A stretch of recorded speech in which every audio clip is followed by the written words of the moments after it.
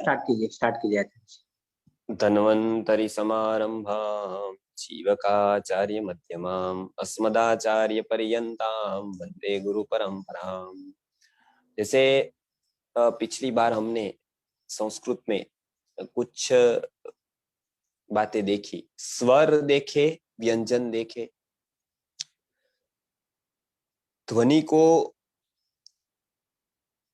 एक शब्द देते हैं कोई ध्वनि को पहचानने के लिए। ए शब्द की एक ध्वनि होती है जब हम शब्द को निकालते हैं, केवल पढ़ते तब ध्वनि नहीं होती है, लेकिन जब हम उसका उच्चारण करते तब ध्वनि निकलती है। तो इसका संस्कृत में बहुत विचार किया गया है, इसलिए सबसे शुद्ध जो उच्चारण होता है वो संस्कृत भाषा का होता है। उसमें पूरे के पूरे जो उच्चारण के स्थान है आठों आठ, उसका उपयोग होता है। कोई कोई भाषा में कोई कोई अंगों का उपयोग नहीं होता है, कोई कोई उच्चारण के अंगों का उपयोग नहीं होता है। जैसे इंग्लिश बोलते हैं तो नाभि का उपयोग बहुत कम आता है, तो वो देखिए वो धीरे धीरे बोलते हैं। प्रायः ही आप घाटे बोलकर ऐसे बहुत स्वर में, उच्च स्वर में इंग्लिश बोल सकते हैं। मंत्र वेद के बोले तो गगन तक ध्वनि जाती है। तो वो एक एक भाषा का अपना एक वैशिष्ट्य होता है, और वो अपनी अपनी एक जो रीति है, वो भाषा की एक सिस्टम है, उसके अनुसार वो सीखना पड़ता है। मैं आसानी से आपको प्रयत्न करता हूं कि मैं सिखा पाऊं, और ये देव भाषा को जो प्रारूप में है, जो स्ट्रक्चर में है, वो हम यदि सीख लेते हैं तो बहुत सारा आसान काम हमारा हो जाता है। भारत के शास्त्रों को, भारत की इतिहास को, भारत की संस्कृति को जानना।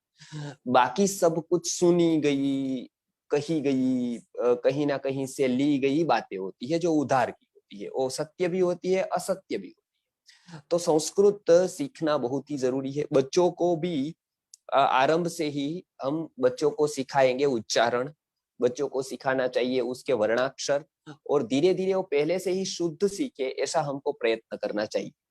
अभी हम ही अशुद्ध सीखते हैं या प्रॉपर सीखे नहीं होते हैं, तो बच्चों को सिखा नहीं सकते, लेकिन हम प्रयत्न करते हैं। आप ये मेरे वीडियोस के माध्यम से सुने उसको, अपने आप को रोज पेन नोट लेकर बैठे, हर एक चैप्टर का अभ्यास करें, विषयों का अभ्यास करें, और उसके बाद आप वो जो प्रारूप है, वो विभाग है, चैप्टर है, उसका आप रोज अध्ययन मनन चिंतन करें, और जहां प्रश्न आए वो लिख दे। रविवार को हम प्रश्नोत्तरी सेशन रखेंगे, तब तक आप राजेश्वर राव जी को प्रश्न व्हाट्सएप करके भेज दे, ताकि राजेश्वर राव जी मुझे भेज सके, और मैं उस पर चिंतन मनन करके आपके जो योग्य प्रश्न है सेशन के रिलेटेड, उसका मैं जवाब आपको दे सकूं, एक्सप्लेन कर सकूं, ताकि दूसरे लोग भी समझ सके, उसको आसानी से समझ सके, और हमारी यात्रा आगे बढ़ सके। ठीक है, तो ये पहले मैंने पिछली बार बताया था। व्यंजन है वो 33 से 33 है, स्वर है वो 9 है, ये वो मिलकर होते हैं 42। वो पूरे की पूरी वर्णमाला है संस्कृत की, 42 वर्णों की। आगे ये भी देखा था हमने कि स्वर, उसका अकेले का उच्चारण हो सकता है, स्वयं राजते इति स्वराहा। स्वयं राजते अर्थात खुद में पूर्ण होते हैं, उसको स्वर के। तो अ आ ई ये हमने पूरा देखा था। मूल स्वर 9 है, अ ई उ ऋ लृ ए ओ ऐ औ, ये 9 स्वर हमने देखे थे। अ के ही भेद हमने देखे थे, 2 है, अ है, आ है। तीसरा भी एक भेद है, वो लिखा नहीं जाता है। ई का भी ऐसा है, ई दीर्घ है, उ ऐसे दो प्रकार के ये हमने स्वर देखे थे। वो उच्चारण भेद से उसका प्रकार पड़ता है। ऐसे एक एक स्वर को लेकर 9 स्वर होते हैं और 33 व्यंजन होते हैं। व्यंजन का उच्चारण अकेला नहीं हो सकता है, वो 2 का व्यंजन का उच्चारण करना होता है, तो एक स्वर बीच में चाहिए। इसलिए व्यंजन को लेकर शब्द बनते हैं। जैसे राम, तो उसमें स्वर भी होते हैं, व्यंजन भी होते हैं। जैसे र व्यंजन हो गया, फिर आ, फिर म प्लस अ। तो हम जब पूरा म जब पढ़ते हैं तो उसमें आप याद रखें, म भी होता है और अ भी होता है, तब वो म पूरा बनता है। नहीं तो उसको अकेले म को दिखाने के लिए एक हम निशानी करते हैं, जो ये उसको एक लकड़ी की जैसी निशानी करते हैं। आपको पता है, लकड़ी की जैसी निशानी ऐसे नीचे करते हैं, तो उससे पता चलता है कि ये खोड़ा है। खोड़ा अर्थात ये लंगड़ा है, लंगड़ा अर्थात ये अपूर्ण है। इसको भी वैशाखी चाहिए, इसको भी कोई चाहिए, तो ये पूर्ण होगा। तो ये हमने देखा था दो। अब जैसे स्त्री और पुरुष ये दोनों मिलकर पूर्णता होती है, या तो एक माना जाता है कि दोनों को मिलकर एक पूर्णता होती है, दोनों परस्पर में जुड़ जाते हैं। उसी तरह से ये व्यंजन और स्वर ये भी दोनों मिलकर जुड़ जाते हैं, तो एक पूरा बनता है, म बना, माँ बना, क्योंकि ये दोनों आपस में मिल गए। वो दोनों अलग अलग जेंडर के हैं तो मिल गए, एक स्वर है एक व्यंजन है। वो स्त्री पुरुष का उदाहरण आप याद रखिएगा। तो ये हमने देखा कि ये व्यंजन और स्वर मिलकर फिर मिल जाते हैं, तो एक दिखाई देता है म, लेकिन उसमें होते हैं दो, व्यंजन म हुआ और अ भी हुआ, लेकिन लिखते हम एक को, क्योंकि वो दोनों मिलकर एक हो गया है। आपको बात समझ में आ गई कि म है, रा लिखा तो रा तो हमने एक लिखा, लेकिन उसमें दो आए, व्यंजन र है और आ है, ऐसे दो मिलकर रा हुआ। आपको पता है वो। विष्णु लिखा। सबको आवाज साफ आ रही है? आपके यहाँ प्रॉब्लम हो सकता है तो आप देखिए, जिसको नहीं आ रही है वो, बाकी लगभग साफ आ रही है, यहाँ से लोग कह रहे हैं। तो इस तरह से संस्कृत की वर्णमाला हम पढ़ेंगे। व्यंजन और स्वर ये दोनों हम सीखे हैं पहले, ये दोनों के बारे में मैंने बता दिया है कि 33 व्यंजन है, 9 स्वर है। दोनों मिलकर, व्यंजन और स्वर मिलकर एक शब्द की यात्रा शुरू होती है। ऐसे व्यंजन और स्वर मिले तो उसको हम अक्षर कहते हैं। जैसे म अक्षर हो गया, रा अक्षर हो गया, क्रू अक्षर हो गया, ष्ण अक्षर हो गया, मति में म अक्षर हो गया। एक अक्षर अक्षर अक्षर कहते हैं। ये एक पर्टिकुलर वर्ण को हम अक्षर की संज्ञा देते हैं, एक पर्टिकुलर स्वर हो चाहे व्यंजन। अब इसका जब समूह बनता है, जो किसी का द्योतक होता है, जो किसी को ज्ञात कराता है, तो उसको हम कहते हैं पद या शब्द। जैसे राम, कृष्ण, श्याम, ये सब हो गए शब्द। और वो शब्द के हमने 3 प्रकार जेंडर के वाइज पढ़े, जेंडर के वाइज देखे थे। एक तो होता है पुल्लिंग, जो पुल्लिंग शब्द होता है। एक होता है स्त्रीलिंग शब्द, और एक तकता है नपुंसकलिंग शब्द। ये शब्द के 3 प्रकार मैंने दिखाए थे। वो पद के 3 प्रकार भी आप कह सकते हैं। ये या तो स्त्रीलिंग होता है, या पुल्लिंग होता है, नपुंसकलिंग होता है। ये बात याद रखें, वो पद की मैं बात कर रहा हूँ, क्रिया पद को छोड़कर। क्रिया दिखाने वाले पद को क्रियापद कहते हैं, और सारे पदों को पद कहते हैं। उसमें अलग अलग विभाग आएंगे, लेकिन मैं साधारणता से शब्द और क्रियापद ये दोनों हम विभाग अभी देखेंगे। कोई भी जो एक पद होगा, जो वर्ब होगा, उसको हम क्रियापद कहेंगे। वाक्य में ऐसा होगा ही, एक मिनिमम होगा, वो क्रिया को दिखाने वाला होगा, तो उसको हम क्या कहेंगे? क्रियापद कहेंगे। सारे शब्दों को हम क्या कहेंगे? पद कहेंगे। आप ये समझ लीजिए, और सारे शब्दों को हम पद कहेंगे, और क्रिया दिखाने वाले को क्रियापद कहेंगे। जो क्रिया को दिखाता है उसको हम क्रियापद कहते हैं। तो इंग्लिश में आपको पता है, जैसे गो है, इस तरह से दूसरे आप देख सकते हैं। जैसे गो हो गया तो टू गो मतलब जाना हो गया, टू ईट मतलब खाना हो गया, टू लर्न अर्थात सीखना हो गया, टीच पढ़ाना हो गया। ये आप वर्ब देखते हैं। उसी तरह से संस्कृत में एक एक वर्ब होते हैं, उसको हम वर्ब के इस तरह से रूप बोलते हैं। गच्छति, गच्छामि, ये आप जान लेना। उसके ये सारे वर्ब होते हैं, जिसमें ती आता है, त आता है, अंति आता है, मी आता है, सी आता है। ये सब मैं सिखाऊंगा, इसके प्रकार भी सिखाऊंगा। तो इसको वर्ब में जानना, ये वर्ब है। और सारे जो शब्द आते हैं, राम, श्याम, कृष्ण, सीता, माला, गीता, ये सभी शब्द है, उसके 3 प्रकार होते हैं। या पुल्लिंग होता है शब्द, या स्त्रीलिंग होता है, या नपुंसकलिंग होता है। आपको सिंपल देखना है ये शब्द में कितने अक्षर है और अंत वाला अक्षर कौन सा है। तो आप सिंपल देखिए, राम लिखा है तो र प्लस आ प्लस म प्लस अ, राम हो गया, तो अंत में आया अ, तो ये हो गया अ अंत में है जिसके, इस तरह का ये हो गया अकारांत। फिर ये कैसा शब्द है? तो कहते हैं पुल्लिंग। तो अकारांत पुल्लिंग शब्द कौन सा हुआ? राम। अब राम जैसे जितने भी आए उतने आप देख लीजिए। श्याम हो गया, कृष्ण हो गया, माधव हो गया, मेहुल हो गया। ये सारे के सारे जो शब्द हुए वो कैसे है? अकारांत पुल्लिंग, सारे शब्द। आप समझ गए? ये बहुत आसान है, कोई तकलीफ नहीं है इसमें समझने में। अंत में आता है ऐसे जो पुल्लिंग शब्द होते हैं उसको अकारांत पुल्लिंग कहते हैं। यदि ऐसा स्त्रीलिंग होता तो हम अकारांत स्त्रीलिंग कहते हैं। यदि नपुंसकलिंग, अच्छा तो ये कैसे पता चलेगा कि ये पुल्लिंग है स्त्रीलिंग है? तो इसका निर्धारण किया गया है पाणिनीय शिक्षा में, पाणिनीय अष्टाध्यायी में, लिंगानुशासन में। तो लिंगानुशासन में हर एक शब्द के लिंग क्यों? क्योंकि सबसे पहला प्रश्न ये आता है कि पहले भाषा हुई या पहले व्याकरण हुआ। वो एक विचार करने जैसी बात है। लोग व्याकरण पहले पढ़ते हैं रटते हैं, घोंकते हैं, फिर वो भाषा सीखने का प्रयत्न करते हैं। तो पहले जगत में, या हम भी जब प्रैक्टिकल देखें तो पहले बालक होता है, वो जब सीखता है भाषा, तो वो पहले क्या व्याकरण के नियम रटता है, ऐसा होता है, या वो पहले भाषा सीखते सीखते बाद में व्याकरण सीखता है? तो पहले जो भाषा है उसकी उत्पत्ति पहले हुई, उसके बाद उसको स्ट्रक्चर में लाने के लिए, उसको एक बांधने के लिए, उसको टिकाने के लिए, उसकी शुद्धता टिकाने के लिए फिर व्याकरण की रचना। तो सबसे पहले क्या था? सबसे पहले हुई भाषा। तो वो नेचुरली हुई भाषा। किस तरह से भाषा की उत्पत्ति हुई वो बहुत कहना, वो बहुत सारे विद्वानों के लिए कठिन हो गया, क्योंकि कब हुई होगी, कैसे लोग बोलते होंगे, इतनी सारे भाषाएं कैसे अस्तित्व में आई होगी। सृष्टि में न समझे तो कुछ तकलीफ नहीं है, कुछ बात नहीं है, ये सब ऐसा ही चलता है। लेकिन थोड़ा हम दिमाग लगाए, थोड़ा हम सोचे, तो एक के पर एक रहस्य है, इसका कोई जवाब नहीं।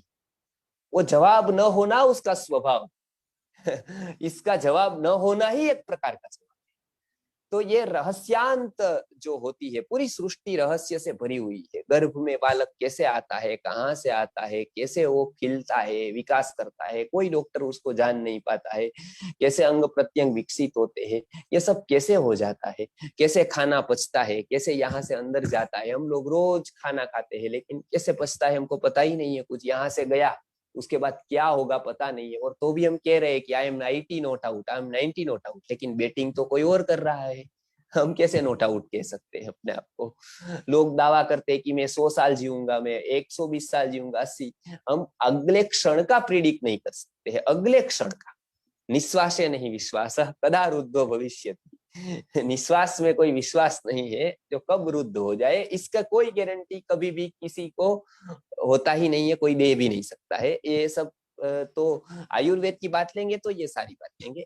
अस्तु, अभी आगे चलते हैं। तो ये एक रहस्य है कि पहले भाषा आई या पहले व्याकरण आया। तो सबसे पहले उत्पत्ति हुई भाषा। तो पाणिनि मुनि ने जाना कि ये जो एकदम जो लोग हैं वो किस लिंग का प्रयोग करते हैं। जैसे हिंदी में बिल्कुल गांव वाला होगा, जिसने कुछ पुस्तक नहीं पढ़ी है, जिसने पुस्तक देखी नहीं है, वो भी ऐसा बताएगा गांव में कि मैं जाता हूँ। पुरुष होगा तो ये बताएगा मैं जाता हूँ, और स्त्री होगी तो ये बताएगी मैं जात है शब्दों के, कि भाई ये शब्दों के ये लिंग है। कोई शब्द पुल्लिंग होगा वो नेचुरली होगा, वो अनादिकाल से उसका वहां पर ही प्रयोग किया जाएगा। वो अनादिकाल से हम कर रहे हैं उसका प्रयोग। अनादिकाल से जो शब्द कुछ होते हैं वो स्त्रीलिंग होते हैं, और कोई शब्द होते हैं वो नपुंसकलिंग होते हैं। वो लिंगानुशासनम में पाणिनि मुनि ने ऐसे शब्दों की बहुत अच्छी तरह से बताया है कि कौन से शब्द किस लिंग का है, इसका कैसे निर्धारण हो सकता है। तो इसका एक पूरा विज्ञान है, पूरा एक साइंस। वो मैं कभी आपको बताऊंगा लिंगानुशासन के बारे में, पाणिनीय मुनि के। तो ये हमने देखा अभी कि लिंग को आपको ऐसा ही करना है कि ऐसा व्यवहार से भी आपको पता चल जाता है। जैसे आपको इजी है, मैं एक मेथड आपको सिंपल बताता हूँ। हिंदी आपको आता है, बस आसान है। आप तमिल में भी इसको कह सकते हैं, कन्नड़ में भी कह सकते हैं, मराठी में भी कह सकते हैं, गुजराती में भी कह सकते हैं। जैसे आपने कहा कि ये, उसके आगे आप कह रहे हैं जाता है, जा रहा है, तो आप समझना वो पुल्लिंग शब्द है। खा रहा है, खा रही है, ऐसा कहेंगे तो वो स्त्रीलिंग शब्द है।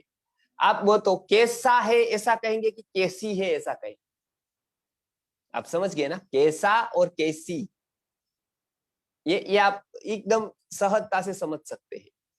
तो इसमें देखिए आप एक शब्द लीजिए कोई भी, तो ऐसा एक का नाम मानो कि मतलब राम है या तो कृष्ण है, तो हम ऐसा कहेंगे कि कृष्ण कैसी है या कृष्ण कैसा है, तो कृष्ण कैसा है। लड़का कैसा है तो वो हो गया पुल्लिंग, कैसी है स्त्रीलिंग हो गया। आप समझ गए। और कोई कोई भाषा में तो बिल्कुल आसान होता है, गुजराती जैसी भाषा में उसमें तीनों लिंगों के लिए बहुत आसान होता है। तो ये दो लिंगों के लिए तो बहुत आसान है। कैसी तो हो गई स्त्री, तो वो स्त्रीलिंग शब्द होगा। जैसे रमा, सीता, गीता कैसी है, अच्छी है, तो वो स्त्रीलिंग शब्द हो गया। स्त्री को दिखाने वाला हो गया वो शब्द, स्त्रीलिंग शब्द हो गया वो। आप समझ सकते हैं। तो तीनों लिंगों के शब्द होते हैं।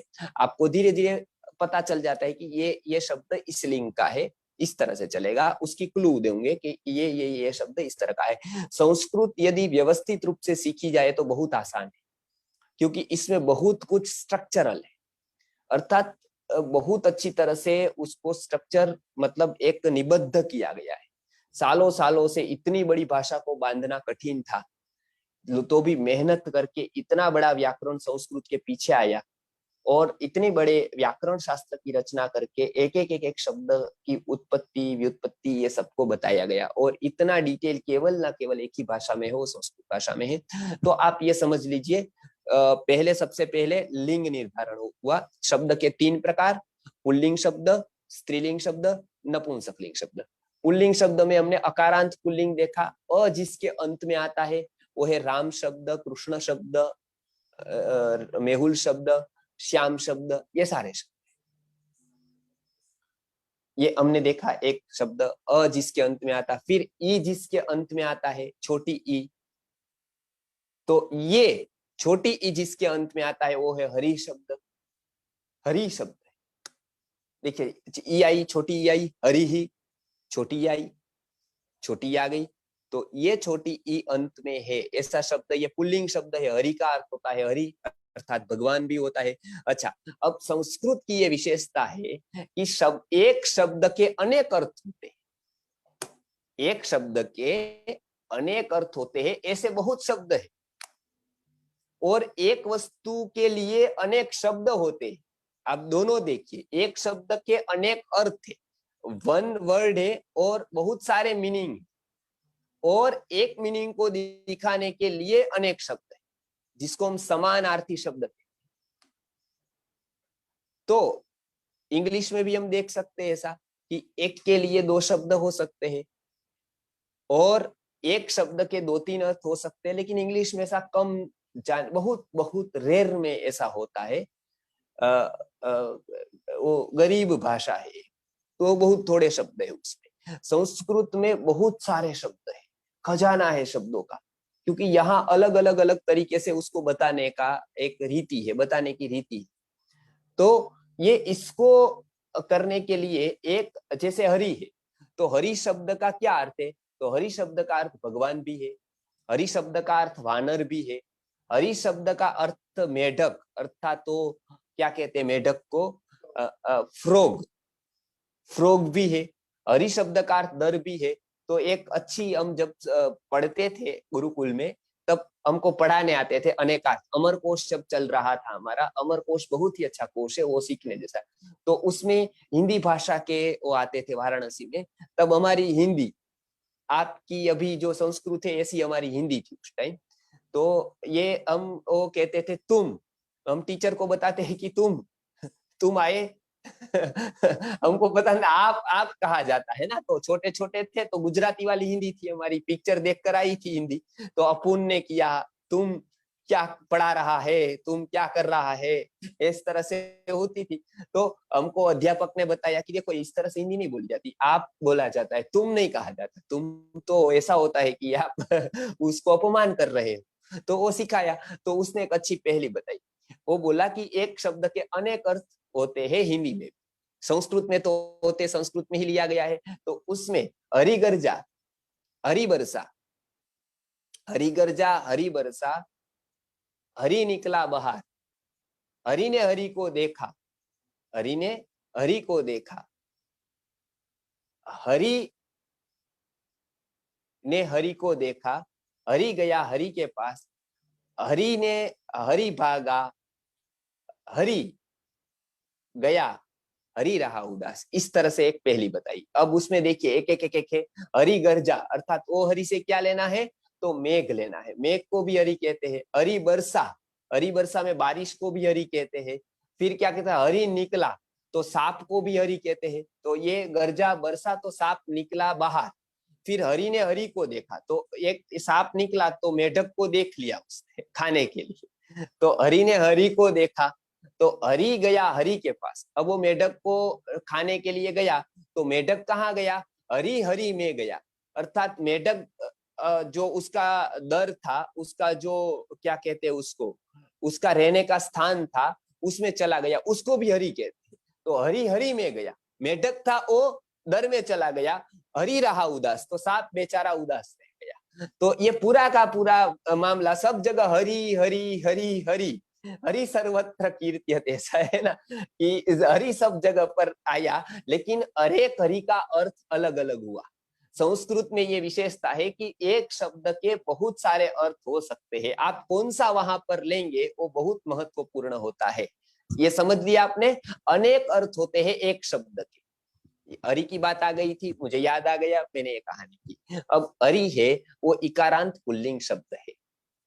क्या है, इकारांत पुल्लिंग। ई जिसके अंत में है, तो हरि का सिंपल है अ प्लस र प्लस ई, हरि ही। हम कहते हैं हरि ही ओम, तो ये हरि ही हमने बताया इकारांत पुल्लिंग शब्द है। ये समझ लिया आपने, ये अच्छी तरह से आप समझ लीजिए। इस तरह से आपको शब्द को देखना है।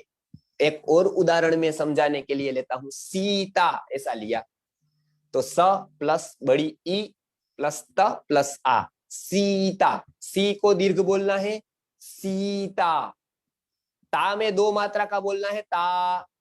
जैसे हम भगवत गीता में बोलते हैं, पिताहमस्य जगतो माता धाता पितामहः, माता धाता, दो मात्रिक उच्चार है, माता नहीं है, माता धाता पितामहः।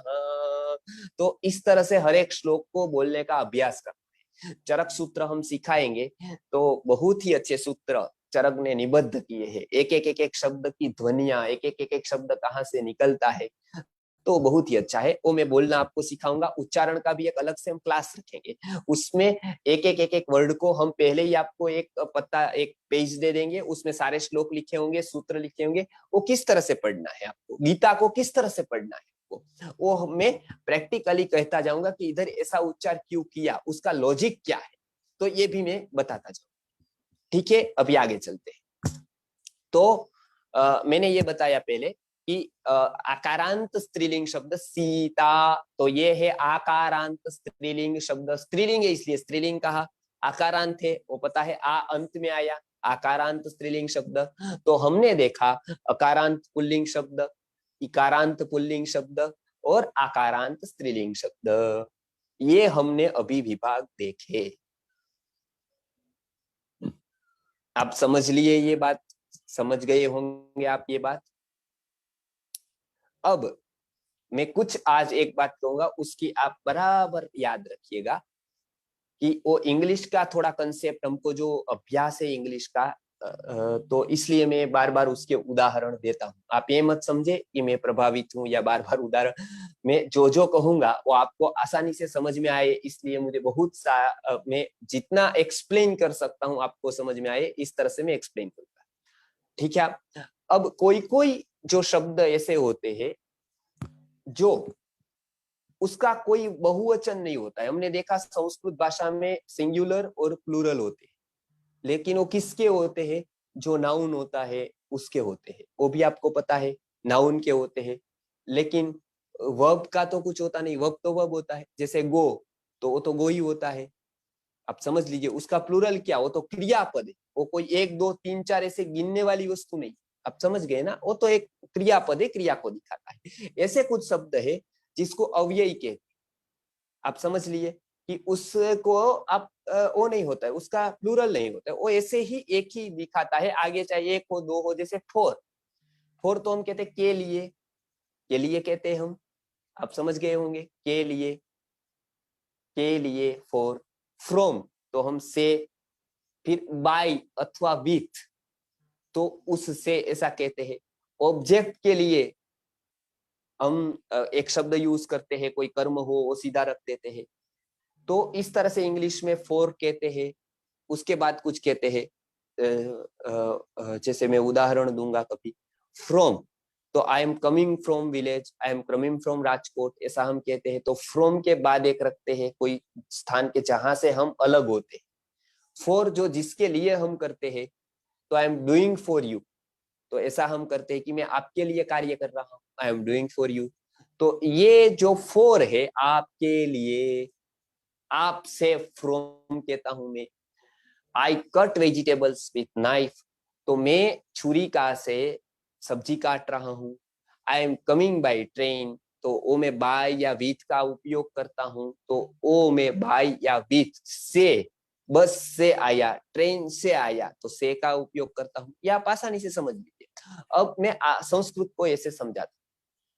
अब देखिए आपने क्या किया, मैं कर रहा हूँ, आई एम डूइंग दिस, मैं ये कार्य कर रहा हूँ, अथवा मैं ये कार्य करता हूँ, आई डू दिस। ये समझ गया। आई क्या हुआ वहां पर, सब्जेक्ट हुआ, करता हुआ, बराबर है। यू डू दिस, तो आप क्या हुए वहां पर, करता हुए। ही डस, तो ये क्या हो गया वहां पर, करता हुआ। He goes, she goes, it goes, ऐसा हम कहते हैं थर्ड पर्सन में कहते हैं, हाँ इंग्लिश में कहते हैं। फिर दे गो, तो एक वचन और बहुवचन में हम ऐसा उपयोग करते हैं। कर्ता के ये स्वरूप होते हैं, उसमें क्या क्या करता हुआ, सब्जेक्ट क्या हुआ, आई हुआ, वी हुआ, यू हुआ, ही शी इट हुआ और दे हुआ। सिंगुलर और प्लूरल में इतने सब्जेक्ट्स हुए। ये आसान है, आप सब्जेक्ट को समझ लिए। अब संस्कृत में हम आते हैं। संस्कृत में भी सब्जेक्ट क्या होगा, आई। आई अर्थात क्या होगा, अहम।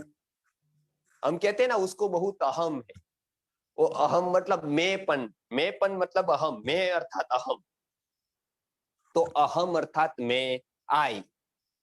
अब संस्कृत में एक वचन भी है, बहुवचन भी है और द्विवचन भी है। मैंने पहले बताया था संस्कृत और अरबी भाषा दो ही ऐसी भाषा है जिसमें द्विवचन है। बाकी जगत की एक भी भाषा में द्विवचन नहीं, और द्विवचन ने संस्कृत को पूर्णता दे दी है।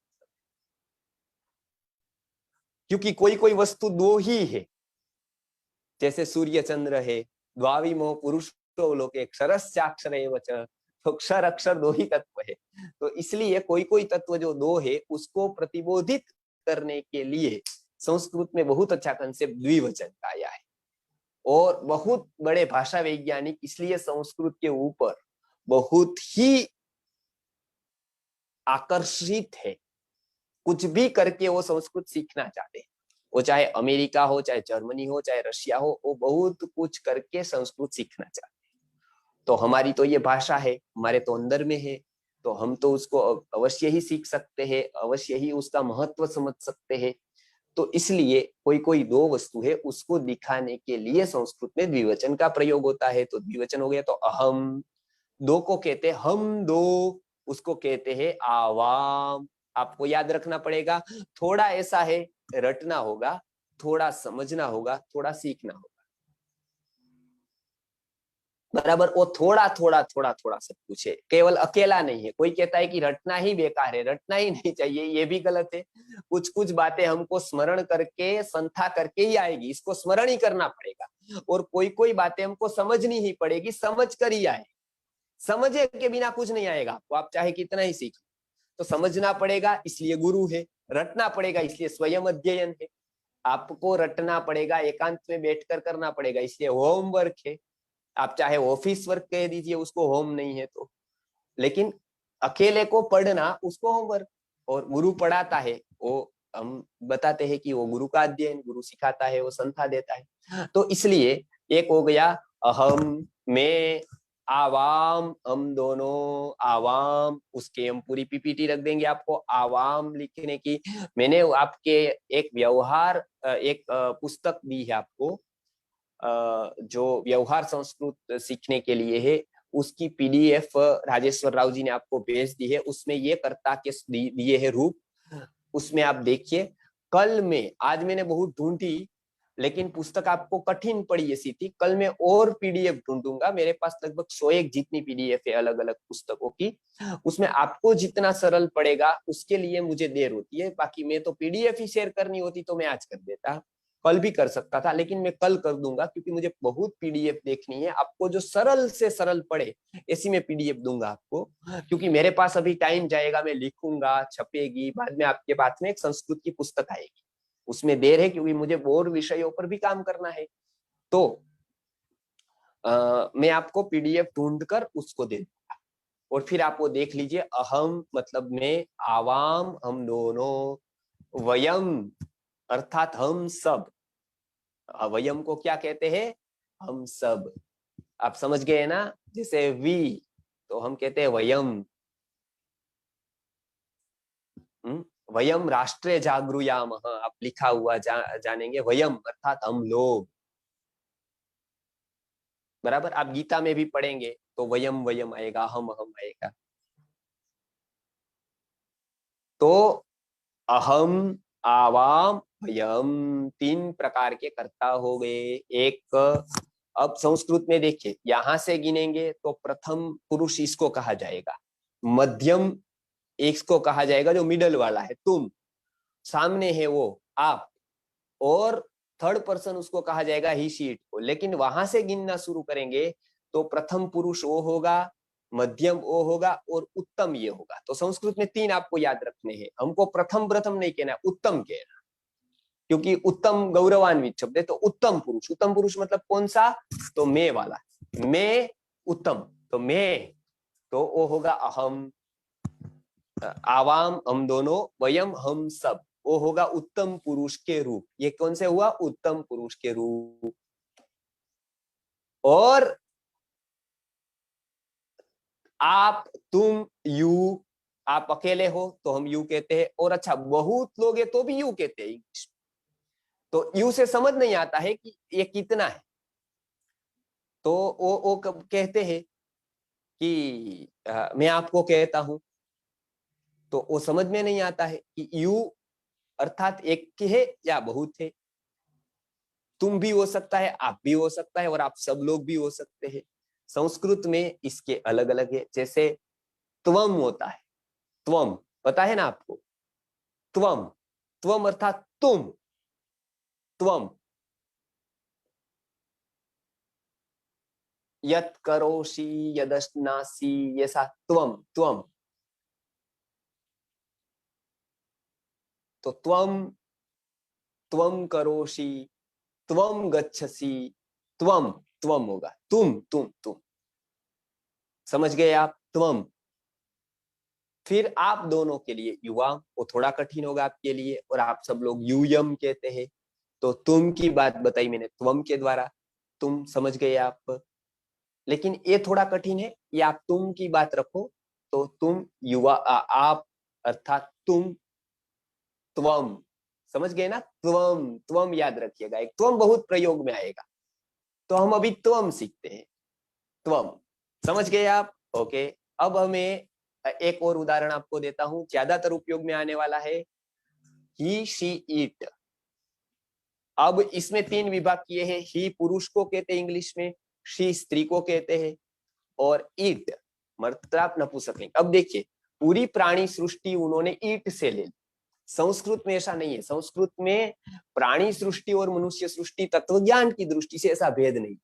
अब देखिए, भाषा के ऊपर हमारी मान्यताओं की सबकी इफेक्ट होती है, इसलिए हम भाषा को लाना चाहते हैं। भाषा आते ही संस्कृति आ जाती है, भाषा आते ही आपकी मान्यताएं बदल जाती है, आपके अंधविश्वास बदल जाते हैं, चले जाते हैं।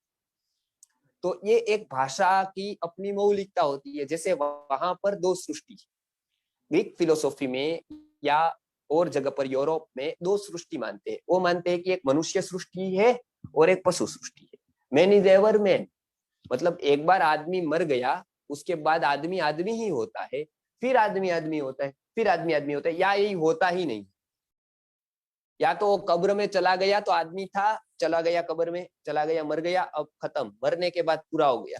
पशु भी मर गया, पूरा हो गया, कहीं जाता नहीं है, कहीं कुछ नहीं, ज्यादा से ज्यादा कब्र में जाता है, उससे बाद में वो कहीं नहीं जाता। हमारे यहाँ वो एक व्यक्ति जन्मांतर, जन्म जन्म से आया है, उसके बाद जन्म जन्म तक जाएगा।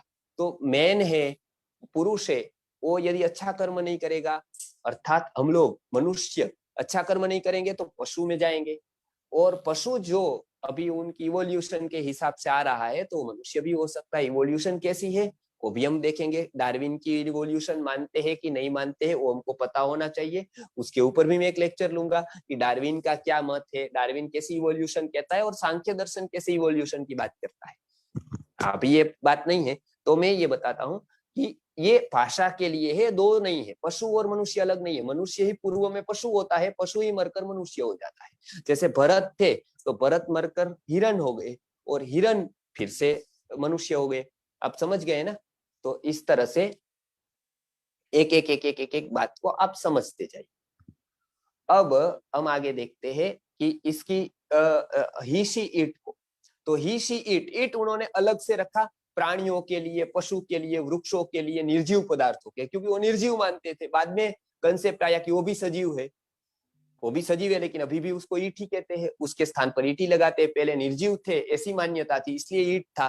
जैसे टेबल की बात करनी होती तो ईट्स कहते थे, भाई इसका टेबल का, टेबल के ऊपर तो ईट उसके उपयोग होता है, टेबल के लिए, कुर्सी के लिए, निर्जीव के लिए सजीव, वो भी अभी वृक्ष के लिए, वनस्पति के लिए, पशु के लिए, पक्षी के लिए ईट।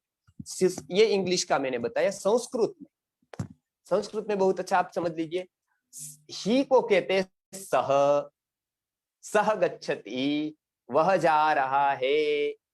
आप समझ गए ना, वह जा रहा है। स को सिंपल है, स्त्री को क्या कहेंगे? सा। पुरुष को, तीसरे पुरुष की बात है तो स अर्थात एक पुरुष, सा अर्थात एक स्त्री, और नपुंसकलिंग है तो क्या कहेंगे? तत्। नपुंसकलिंग है तो क्या कहेंगे? तत्। मतलब निर्जीव है तो उसके स्थान पर क्या लगाएंगे? तत् लगाएंगे। आप समझ गए?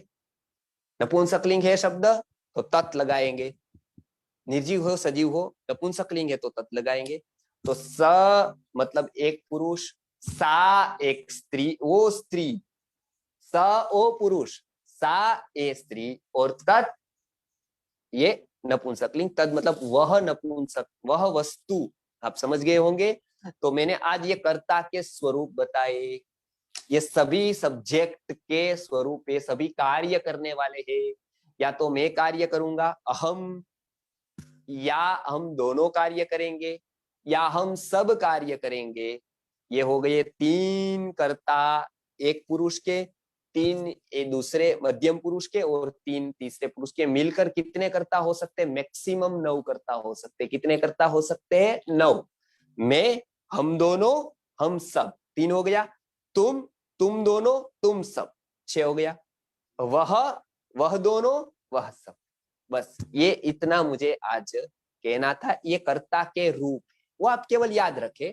आप थोड़े थोड़े समझिए, हो सकता है आपको 100% समझ में नहीं आया हो, कोई बात नहीं, कोई चिंता ना करें। अभी आप केवल इतना समझ लीजिए, कर्ता की बात हुई, और कर्ता इतने इतने प्रकार के हैं। मैं हूं मतलब अहम है, आवाम है, वयम है, वो आप केवल याद रखिए। बाकी का मैं समझाता जाऊंगा, आपको रिवीजन होता जाएगा। ठीक है? ये कर्ता के रूप है। कर्ता अर्थात क्रिया करने वाला, सब्जेक्ट, ये मैंने बता दिया था आपको। आप समझ गए होंगे इस बात को, कर्ता को लेकर, सब्जेक्ट को लेकर समझ गए आप? ठीक है। अब ये कर्ता, ये प्रथमा विभक्ति का कर्ता, कर्ता आप समझ गए। कर्ता अर्थात 9 प्रकार। किस किस प्रकार? तो 3 पुरुष और 3 वचन।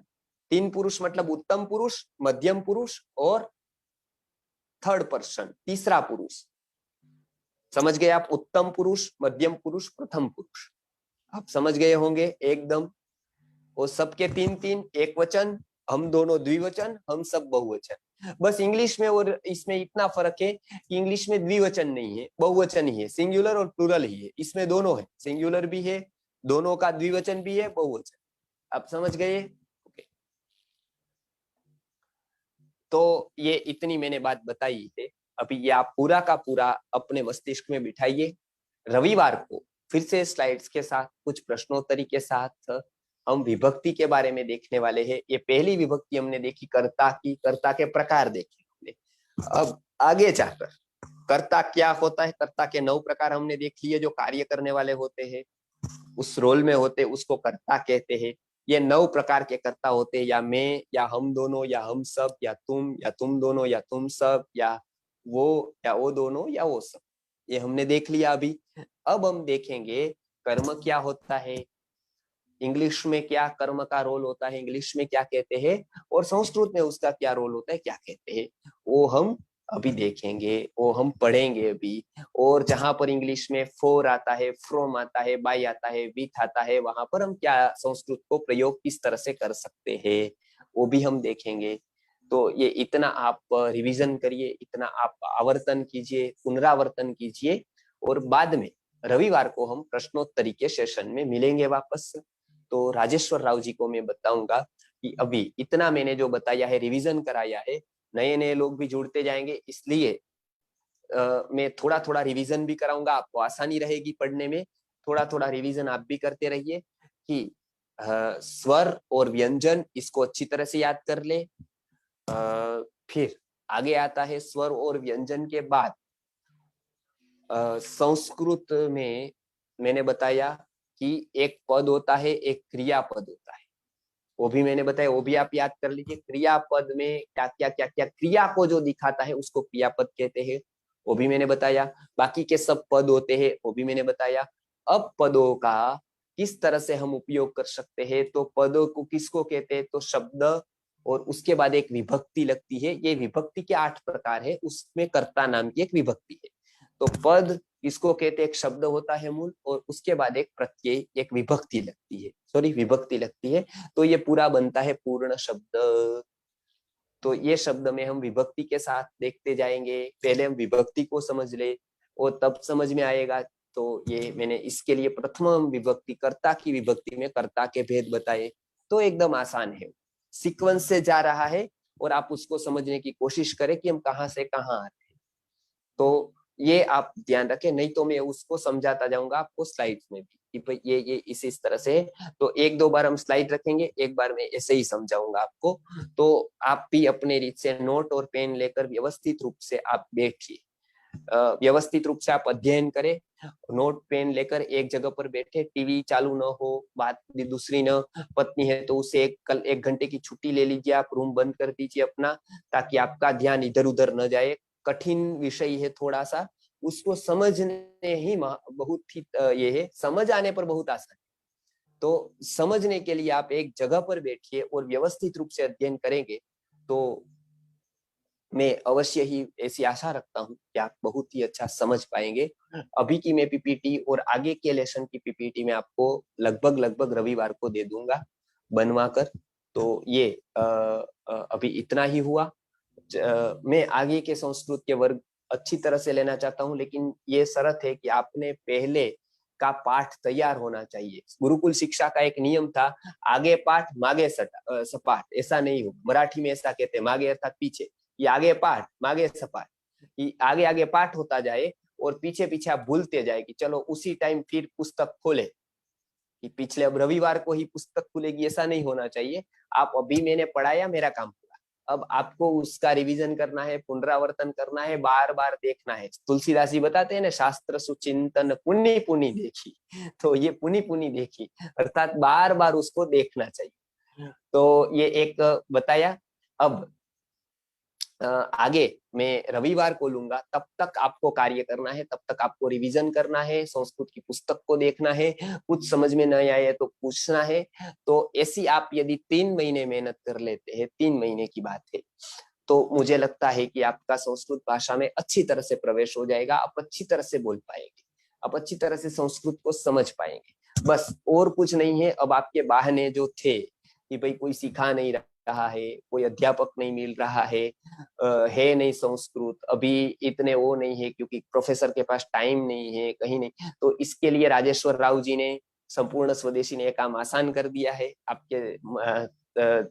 आपके आप तक उसको पहुंचाने का कार्य एक साधन बनकर, एक निमित्त बनकर उन्होंने किया। अब आपका काम है, आप समय से जुड़िए और उसको सपोर्ट कीजिए, शेयर कीजिए, ताकि अनेक भारत के लोग, अभी बहुत बाकी है लोग, वो सीख सके। बहुत लोगों को पता नहीं है कि ऐसा भी कार्यक्रम हो रहा है, निस्वार्थ भाव से सब जुड़े हैं, कि एक संस्कृत भाषा की हम जितनी उपासना कर सकते हैं, तो वो हमारी चेतना को ऊपर ले जाने के लिए बहुत ही हम हो सकता है। आगे ग्रंथों का भी इस तरह से अध्ययन शुरू करेंगे, और ये यदि सक्सेस हुआ प्रयोग हमारा, तो हो सकता है ऑनलाइन बहुत कुछ आ जाएगा।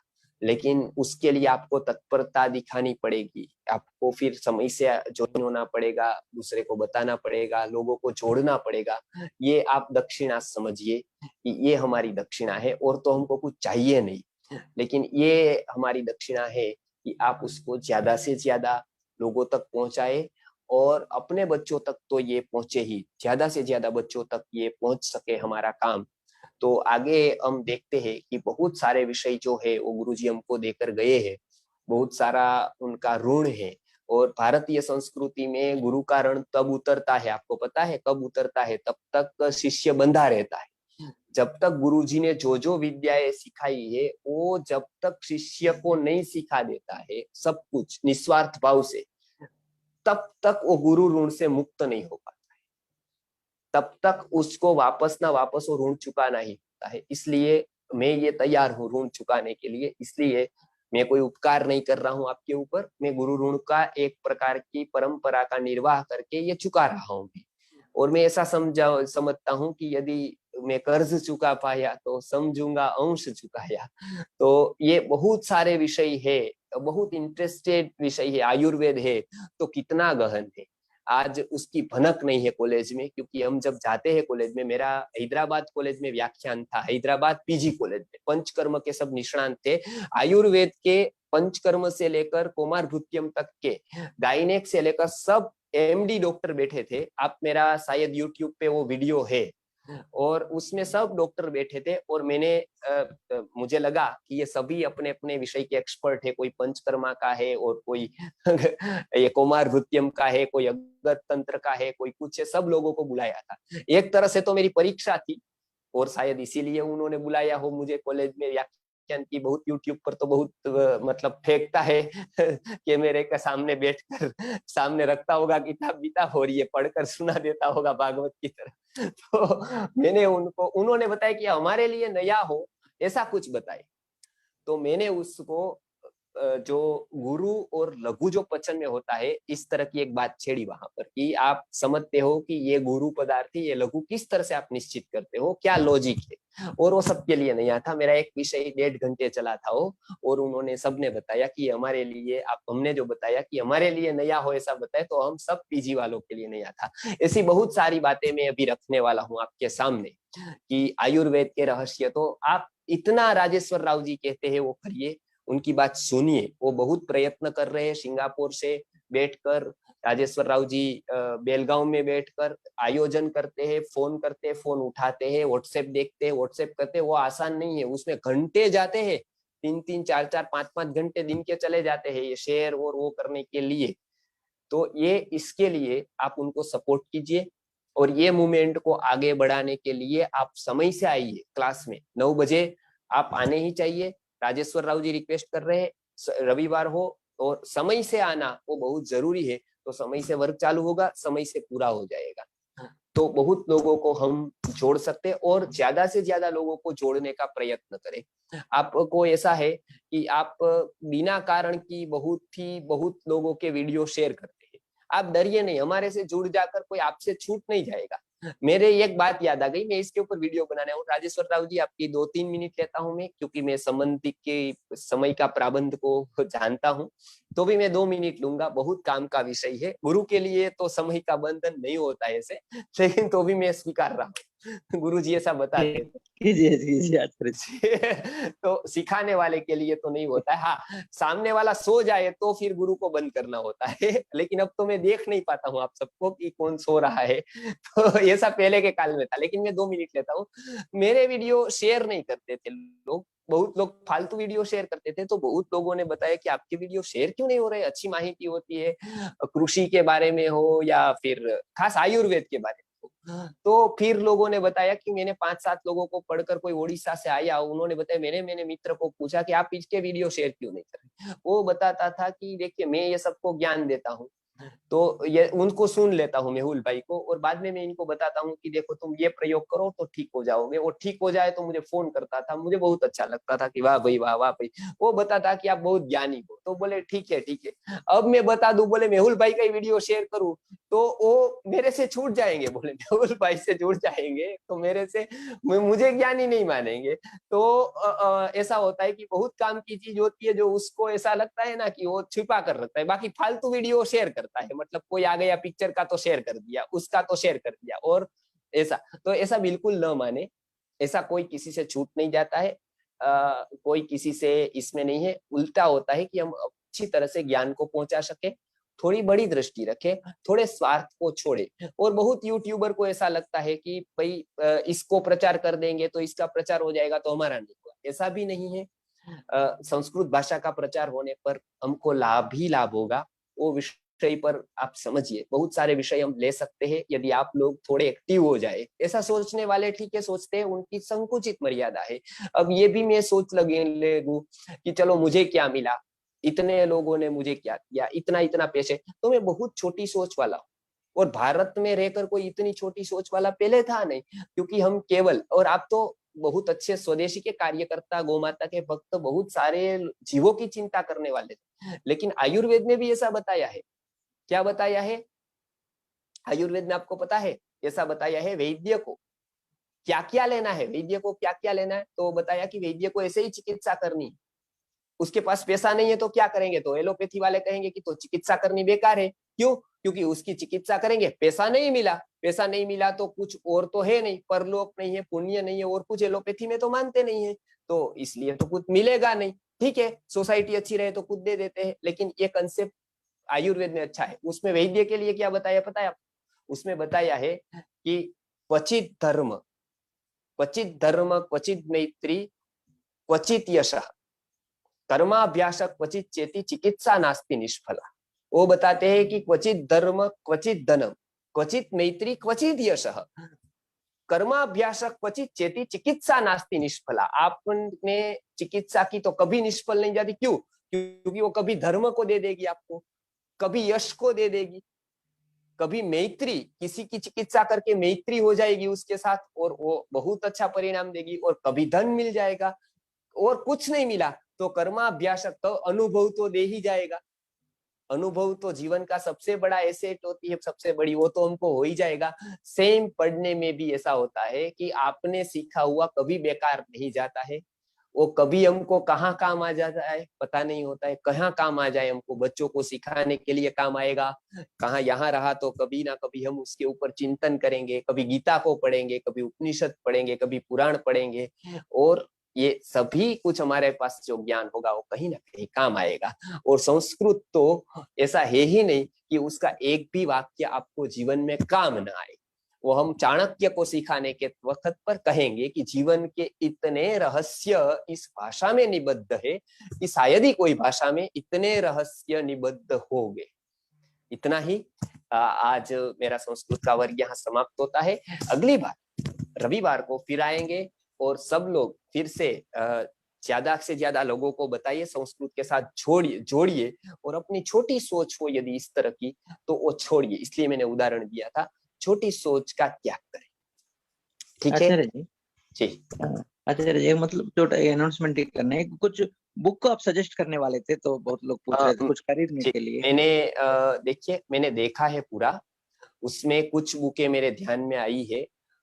मैं उसकी पीडीएफ ढूंढ रहा हूँ, पीडीएफ भी मिल जाएगी मुझे तो हो सकता है मैं पीडीएफ करूँ, या रचनानुवाद कौमुदी करके एक पुस्तक है जो कपिल देव जी की है, लेकिन उसका कौन सा पार्ट लेना है वो मैं कल बताऊंगा। तब तक मैंने जो पुस्तक दी है उसका आप देखिएगा, वो अध्ययन करिएगा, मतलब तब तक वो चालू रखे। मैं आपको ऐसी पुस्तक दूंगा जो मैं पढ़ा रहा हूँ उससे बहुत ही नजदीक हो, आप समझ गए ना? पुस्तक बहुत थे, लेकिन मैं जो पढ़ा रहा हूँ ना, वो मैं देख रहा हूँ। आज मैंने प्रायः 22 या 24 किताबें पुस्तकें देखी, तो उसमें से जो बहुत रिलेटेड है और आपको आसान हो ऐसी मैं पुस्तक बताना चाहता हूँ। इसलिए मुझे 1-2 दिन दीजिए और कल या परसों में आपको एक पुस्तक सजेस्ट करूंगा, ताकि आपको वो पुस्तक में से ही बहुत कुछ मिल जाए और फिर मेरे लेसन के साथ आप उसको रिलेट कर पाए। समझ गए ना? मैं जो यहाँ लेता हूँ उसके साथ संबंध कर पाया जी। यस आचार्य जी, तो ये तो आप तब कुछ तक आपका मैं तो पीपीटी। पीपीटी आपको भेजता ही रहूंगा। मेरे पास तो भी देखिए थोड़ा है, तो वो मैं रविवार को शायद पीपीटी आपको विभक्ति का, इसका उसका बता दूंगा। आप 2 वर्ग में से मेरा एक बार तो पीपीटी होगा ही पक्का, बराबर? तो आपको आसान हो जाएगा। आपको फिर आप उसको रख लीजिएगा, तो आप रिवीजन भी कर पाएंगे। और अवश्य लिखिए, उसकी एक पुस्तक बनाइए, बुक बनाइए। आप सब लोग एक पुस्तक लिखिए, ले लीजिए और पुस्तक लेकर उसमें लिखिए पूरा कि लेसन एक में क्या सीखा, दूसरे में क्या सीखा, तीसरे में क्या सीखा। तो मैं इसके बाद आपको अलग अलग पढ़ाता जाऊंगा। उसमें आपके प्रश्न आएंगे तो आप नीचे लिखिए कि यहाँ पर प्रश्न है, और वो प्रश्न के सेशन पर पूछिए। आप समझ गए ना कि पुस्तक आप लेकर उसकी एक पुस्तक बनाइए। जैसे आप क्लासेस में जाते हैं उसी गंभीरता से आप इधर आइए, उतना ही गंभीरता आपको बहुत कुछ यहाँ पर मिलेगा, मतलब जी। यस आचार्य जी, अगर आपको ग्रुप में जुड़ना है तो 9449596039 को व्हाट्सएप कीजिए। और आचार्य जी एक नंबर, कुछ बहुत लोग जो हैं गुरुकुल में ज्वाइन होने के लिए पूछ रहे थे, एक नंबर दीजिए उधर का वॉलंटियर का एक नंबर आपको अनाउंस कीजिए।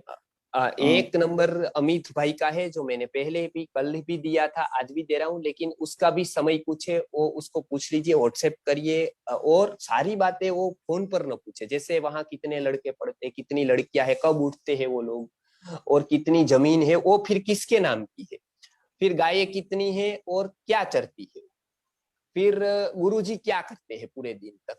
तो अब देखिए, ये सारे प्रश्न को आप एक विवेक रखिए कि कौन से प्रश्न मुझे फोन पर पूछने। आप ऐसा मानिए सिंपल, 1 मिनट का फोन का बिल आपको 100 रुपया आता पर सेकेंड का। और वो जब आप उतनी बातें, अभी क्या है कि रिलायंस ने मुफ्त कर दिया और टाइम हमारे पास मुफ्त था ही, तो फोन पर लोग इतने बेकार प्रश्न करते हैं कि अच्छा आप क्या करते हैं पूरे दिन। अब वो उससे आपको क्या लेना देना है, मैं पूरे दिन सोता हूँ, चलो दारू पी कर, ऐसा। तो ऐसा पूछते हैं कि आपको वो रिलेटेड ही नहीं होता है प्रश्न गुरुकुल के संबंध में। आप ऐसा सिंपल मानिए, गुरुजी एक खास कहते थे, लैंडलाइन फोन था, गुजरात के बहुत लोगों के फोन आते थे, और वो फोन पर पूछते थे कि भाई आपके यहाँ विद्यार्थी पढ़ते हैं कितने। गुरुजी ने बताया ये क्या बात है, क्या कर रहा है, कि मेरे पास नौकर है क्या, कि भाई 15 है कि 20 है, कि कितने व्यापार है, तो कितना है। वो गुरुजी बोले मैंने गिना नहीं है मतलब आप आकर गिन कर लो, मतलब कितने आश्रम में पढ़ रहे आप गिन लो एक बार आकर। मुझे मेरे बेटे को बिठाना इसलिए मैं पूछ रहा हूँ। ठीक है कोई बात नहीं, आप गिन लेना एक बार, मैंने गिना नहीं है अब तक, क्योंकि रोज 2-3 आते हैं, 2-3 जाते हैं, रोज का कार्यक्रम है। अच्छा क्या कार्यक्रम, अच्छा फिर कितने बजे विद्यार्थी उठते हैं। अब ये सारे प्रश्न फोन पर करने के जैसे नहीं होते। ये मैं राजेश्वर जी ये कल्पना नहीं बता रहा हूँ, ऐसे लोग पूछते हैं फोन पर। तो ये आप तो इसे फोन पे प्रश्न करे तो बहुत ऐसे प्रश्न करे कि 1 मिनट का 100 रुपये बिल आता हो या 1000 रुपये बिल आता हो। तब हम क्या प्रश्न करते हैं, वो लोग बताते हैं ना, जल्दी बताइए आचार्य यदि कब आना है और विद्यार्थी के लिए क्या क्या लाना है और कितना। बस इतने में ही मैं तुरंत बताऊंगा कि ये पहला नंबर पॉइंट, ये दूसरा नंबर पॉइंट, ये तीसरा नंबर पॉइंट, क्योंकि समय इससे भी बहुत कीमती है। इसलिए बेकार की बातें फोन पर न पूछे, न करें। आप जब आएंगे आपको सारी माहिती मिलेगी। गुरुकुल का ये है, वेबसाइट पर पहले देखिए, उसके बाद उसकी माहिती लीजिए, पुस्तक पढ़िए, पुस्तक मंगाइए, उसमें पूरी दिनचर्या लिखी है वो पढ़िए। उसके बाद जो प्रश्न आएगा तो वो प्रश्न फिर आप उचित समय जो 3 से 5 दिया है तो ये करें। एक बार मुझे 1 बजे रात को फोन आया, वो बोले कि मैंने आपका व्याख्यान सुना था उधर, मतलब कहीं पर मेरा प्रोग्राम हुआ था छत्तीसगढ़ में एक बार, तो वहां पर प्रोग्राम उन्होंने कहीं सुना था ऑनलाइन। उस टाइम में आ नहीं पाया, लेकिन अभी मुझे लिंक मिली तो मैंने अभी फोन कर दिया 1 बजे मतलब। तो मैंने कहा कोई अर्जेंट, तो बोले नहीं अभी लिंक मिली, मैं देख रहा था तो सोचो चलो इसको फोन कर देता हूँ। तो मैंने कहा कि ये तो ऐसे बहुत अनुभव है, ये सत्य है। तो इसलिए अमित भाई का नंबर आप लिखिए, अमित भाई का नंबर, अमित भाई है अभी, देखिए राजेश्वर राव जी, अमित भाई है अभी फोन पर, अभी है, उसके नंबर है, तो वो एक टाइम देंगे, उस टाइम पर उसको आप पूछिए। अमित भाई शायद अभी देख रहे हैं, देखिए तो अमित भाई को पूरा एडमिशन का, पूरी प्रोसेस का पूछिए। उनका भी समय लगभग 3 से 5 होगा, या कौन सा भी अनुकूल होगा वो हम बता देंगे आपको। लेकिन अमित भाई का नंबर अमित भाई ने कल रखा था, मैं दे दूं राजेश्वर राव जी? Hello hello. आचार्य जी, नहीं तो मुझे मुझे भेजेंगे, कोई बात नहीं, मुझे भेजेंगे, मैं अमित भाई को मैं फॉरवर्ड बस करता बस हूँ। बस अमित भाई को पूछ दीजिए कि वो वेबसाइट पर देखकर अवश्य फोन करें। अच्छा, और कोई गुरुकुल के बारे में कुछ भी जानना चाहता हो तो बुधवार को हम प्रश्नोत्तरी के लिए रखते हैं। आपके कोई भी प्रश्न हो, आप बुधवार को पूछिए, उचित प्रश्न आप अवश्य पूछे, आप गलत मत लगाइए, हम कंटाल नहीं गए हैं। लेकिन ये तो क्या होता है कि आपको थोड़ा बहुत पता चले, तो इसलिए आप अवश्य ही बुधवार को प्रश्न पूछिए। शाम को, रात को हमारी जो मीटिंग होती है रात को 9 से 10 बजे, उसमें होना जरूरी है माता पिता को। तो माता पिता उसमें प्रश्न पूछे, कोई लाना चाहता है बेटे को, बेटी को यहाँ दिखना चाहता है, सब कुछ यहाँ पर प्रश्न करे, यहाँ आकर भी कर सकते हैं, हम सब कुछ जवाब देंगे, क्या किसका है, क्या नहीं ये सब। लेकिन वो यहाँ आएंगे तब। फोन पर जो बताते हैं वो आपके काम का होगा, कब आना है कब नहीं, किसके एडमिशन होंगे कितने नहीं, नियम क्या है, कितनी उम्र है, सब कुछ फिक्स है यहाँ पर। तो ये अमित भाई को आप पूछ लीजिए, और यहाँ पर बुलाएंगे तभी आप आए अपने बच्चों को लेकर। और शिविर होती है, उसकी तो जानकारी आपको मिलती है। ज्यादा आपको, सबसे ज्यादा गुरुकुल को यदि समझना है तो आपके लिए गुरुजी बताते थे, स्ट्रक्चर गुरुकुल नहीं है, स्ट्रक्चर ये आज है कल नहीं होगा, कोई गारंटी नहीं है। ये रूम होंगे नहीं होंगे पता नहीं, गाय होंगी आज है कल नहीं भी हो सकती है, सब अनित्य है। लेकिन एक है गुरुकुल की, आप एक बार शिविर करें, तो शिविर में पूरा का पूरा 3 दिन तक हम गुरुकुल का प्रयोग प्रारूप सब समझाते हैं, भविष्य गुरुकुल का क्या है, और गुरुकुल के विद्यार्थी को हम किस तरह से आगे की जनरेशन को तैयार करेंगे, इसका पूरा का पूरा आपका विद्यार्थी, आपका बेटा बेटी जो भी जहां पर है, वहां से एक स्टेप ऊपर ले जाना, एक स्टेप ऊपर ले जाना, वो हमारा नैतिक कर्तव्य है। वो यदि हम नहीं कर पाए तो हमको भी ऊपर जवाब देना है, ये भी हम जानते हैं। आप उसमें गलत मत लगाइए कि हम लोग उपेक्षा कर रहे हैं, हमको बहुत जरूरी है, क्योंकि हम ये नहीं कर पाएंगे तो हमको भी ऊपर पूछेंगे और ऊपर डांट पड़ेगी हमको भी, इसलिए हमको ये काम करना है।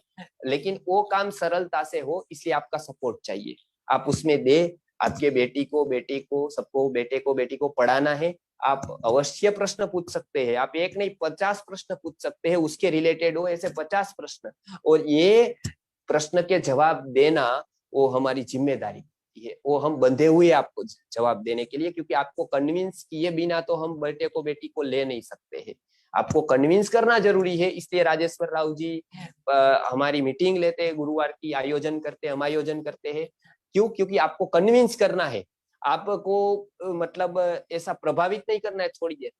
तो इसलिए बुधवार को रात को आप कोई भी प्रश्न पूछे, और आप प्रश्न पूछेंगे तो हमको अच्छा लगेगा कि अच्छा आपको रस है, इंटरेस्ट है इसमें। तो इस तरह से हम इसको आगे बढ़ाएंगे। लेकिन आप नंबर लिख लीजिए अमित भाई का, कोई भी प्रश्न हो आपको, कब आना है कब नहीं, वो सब आप उसको पूछ सकते हैं। वो एक समय देंगे, उसी समय को आपको पालन करके उसी समय पर पूछना होगा, थोड़ा अलग से डेडिकेटेडली आपको ध्यान रखना होगा जी। ठीक है राजेश्वर राव जी, अब कोई प्रश्न नहीं है ना? नहीं नहीं नहीं जी, अभी सब लोग पीडीएफ को भेजिए बोल के बोल रहे थे, ग्रुप में जुड़ जाइए, हाँ 9449 पीडीएफ कौन सी? वो तो आपको मैंने भेज वो दी है, वो पीडीएफ अभी शेयर भेज कर। दिया सर। नए जी लोग पूछ रहे हैं, मुझे हाँ ग्रुप में जुड़ जाइए। हाँ। 9449596039, मुझे आप व्हाट्सएप कीजिए, मैं ग्रुप में जोड़ूंगा, ग्रुप में एक डाल दूंगा।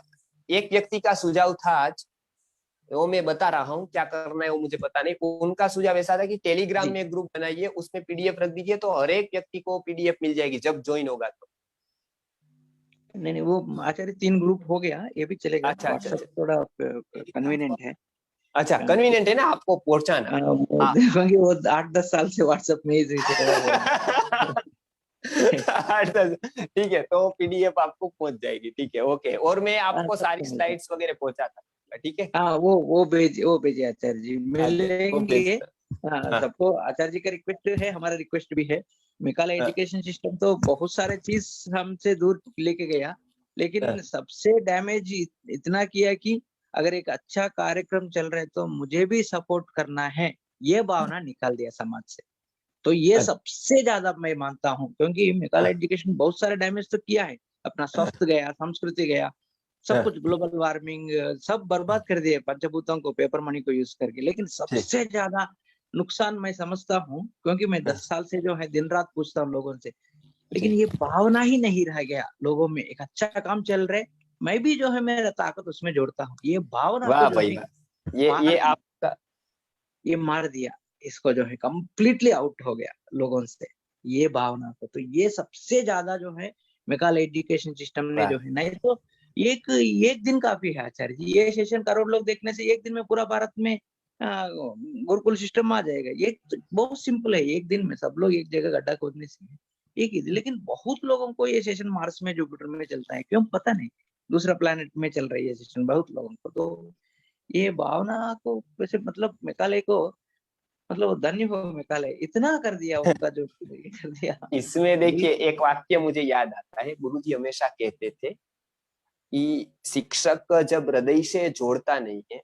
आज इसका एक कॉमर्शियल संबंध हो गया, प्रोफेशनल रिलेशन हो गया गुरु और शिष्य के बीच। आप समझ सकते हैं ना, ये दोनों साथ में सहनो भुनक्तु तो हुआ ही नहीं, सहवीर्यं करवावहे तेजस्विनावधीतमस्तु, क्योंकि एक एक अलग जगह खाता है, दूसरा अलग जगह खाकर आता है, मतलब दोनों कभी कभी साथ में चाय पी लेते, कभी सिगारेट पी लेते हैं एक दूसरे। तो ये हुआ सहनो भुनक्तु चला गया। पहले गुरु शिष्य साथ में भोजन करते थे, साथ में रहते थे, तो हृदय का संबंध होता था। और सबसे बड़ा एजुकेशन क्या है पता है आपको? गुरुजी बताते थे कि heart of the education is मतलब एजुकेशन का हार्द क्या है? तो एजुकेशन ऑफ हार्ट, हार्ट का एजुकेशन, हृदय का शिक्षण, वो शिक्षण का हृदय। आप समझ गए ना, हृदय का शिक्षण, वो शिक्षण का हृदय। शिक्षण का केंद्र बिंदु क्या है? हृदय को परिवर्तन करना, हृदय को छू जाना, हृदय से संबंध बनाना, ये शिक्षण का एक हार्द है, ये शिक्षण की परिमिति है। आज मेकाले शिक्षा में हृदय को निकाल दिया। पहले के समय में कहावत थी कि वो धीरे धीरे धीरे धीरे व्यक्ति यंत्र बनता गया। पहले राइट हैंड साइड पर था, फिर धीरे धीरे धीरे धीरे व्यक्ति झूठ बोलता गया तो ये लेफ्ट हैंड साइड पर आ गया। कहावत है, ऐसा है नहीं, सुश्रुत ने तो इसी तरफ बताया है, लेकिन ऐसा होगा कि व्यक्ति यंत्र बनता गया, यंत्र। तो आज हम भावना रखेंगे, अपने जीवन में सबसे महत्वपूर्ण है हमारी भावना, वो बड़ी एसेट है। आपको यदि ऐसा नहीं लगता है कि हमको देश के लिए कोई कर्तव्य करना चाहिए, तो आपके जीवन का 60% हिस्सा मर गया है, ऐसा आप समझो, मर गया है।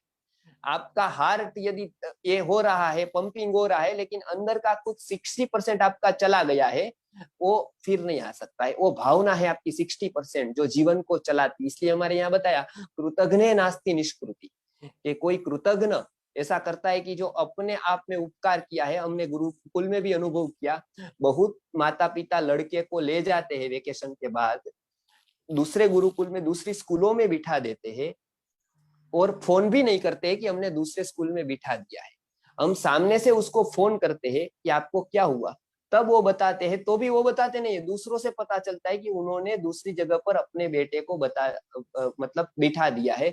इतनी प्रामाणिकता व्यक्ति में नहीं रही है कि मैं एक फोन करके कम से कम बता दूं। और ये एक लड़की का अनुभव है हमको गुरुकुल में। इसलिए आप एक बात तो सुनो, राजेश्वर राव जी सच कह रहे हैं, जो ऐसे काम करते हैं ना, उसको बहुत बड़ा माइंड, बहुत बड़ा हृदय रखना पड़ता है, नहीं तो ये थक जाएगा कोई भी व्यक्ति। हमारे यहाँ एक लड़की पढ़ती थी, वो लड़की घर पर गई, उसकी माता ने उसको कहीं मामा ने बताया कि इधर नहीं उधर भेजो, उधर भेजो, कहीं भेज दी पढ़ने के लिए। उसके शूज यहाँ रह गए। ये मैं काल्पनिक बात नहीं कर रहा हूँ, मैं नंबर दे सकता हूँ, वो लड़की का नाम बता सकता हूँ, मैं जो भी बताता हूँ प्रमाण है तो ही बता सकता हूँ। मुझे झूठ कभी नहीं बोलता, और बोलकर मुझे कोई फायदा नहीं है परलोक में, इहलोक में, लेकिन ये मैं सच बता रहा हूँ। उसके शूज यहाँ रह गए थे, तो उसने माँ ने फोन किया जिज्ञासा, और यहाँ के टीचर को मुझे संभालना पड़ता है क्योंकि ऐसे ऐसे माता पिता भी हमको मिलते हैं। उसने बताया कि शूज रह गया है, वो आप शूज का कुरियर कर देंगे क्या? तो हाँ बोले कुरियर कर दूंगा। मैंने उनको पूछा कि क्यों कुरियर करवाया, वेकेशन पे शूज का क्या काम है? तो भी शिक्षकों ने अच्छा ही सोचा कि कहीं जाना होगा, उसको शूज भिजवा दिया कुरियर करके। उसके शूज रह गए थे, बाकी तो वहां पर था। अब वो लड़की कहीं और चली गई, उन्होंने बताया भी नहीं कि वो कहीं और है, कि और कहीं पढ़ने गई है। उनके पैसे भी कोई नहीं लिए थे हमने, कोई दक्षिणा नहीं, कुछ नहीं। वो लोग आए थे, वो बोले हमारे पास पैसे नहीं है और हम इसको पढ़ाना चाहते बहुत। तो हमने कहा ठीक है, आपके ऊपर विश्वास है, आप आ जाइए, पढ़ाइए यहाँ पर, ये 7 साल का कोर्स है। वो बताए कि हाँ 7 साल का कोर्स है, हम रखेंगे इसको। एक योग्य व्यक्ति की उसने सीट ले ली, गए तो गए, उसके बाद शूज भी मंगवा लिए, उसके बाद खत्म हो गया। गुरुकुल 1 साल भोजन किया, 1.5 साल सब शिक्षकों ने उसको पढ़ाया, पूरा एक दिन में भूल गए हो। ये मेकोले शिक्षा का प्रभाव है। इसलिए बच्चों को में भी ये प्रभाव हमको देखने को, कम से कम वो 1.5 साल पढ़ी, तो 1.5 साल पढ़कर गुरुकुल से उसको ये भी नहीं आया कि एक फोन करे उसको कि भाई इन्होंने इतना भोजन करवाया। आज के समय पर आप एक मेहमान को घर पे रख के देखिए, मैं चैलेंज करता हूं सबको जो सुन रहे हैं, ये हमारे कार्यकर्ता वर्ग नहीं, आप जो श्रोता वर्ग है उसको, कितना कठिन होता है एक मेहमान को, वो भी शनि रवि के बाद आए, कभी 2 बजे आ जाए, कभी 6 बजे, और 1-2 दिन रुकना होता है मेहमान को। तो आपकी लाइफ कितनी डिस्टर्ब होती है आपको पता है। उसको आप होटल में खिलाने को ले जा रहे हैं, उसको पार्टी आप होटलों में, क्यों? क्योंकि ऐसा हो रहा है भारत में आज।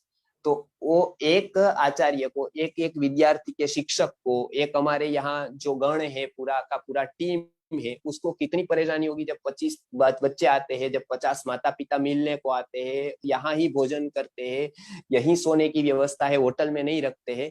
तो कम से कम इतना राजेश्वर राव जी अपने फोन पे कोऑर्डिनेट करते इतना।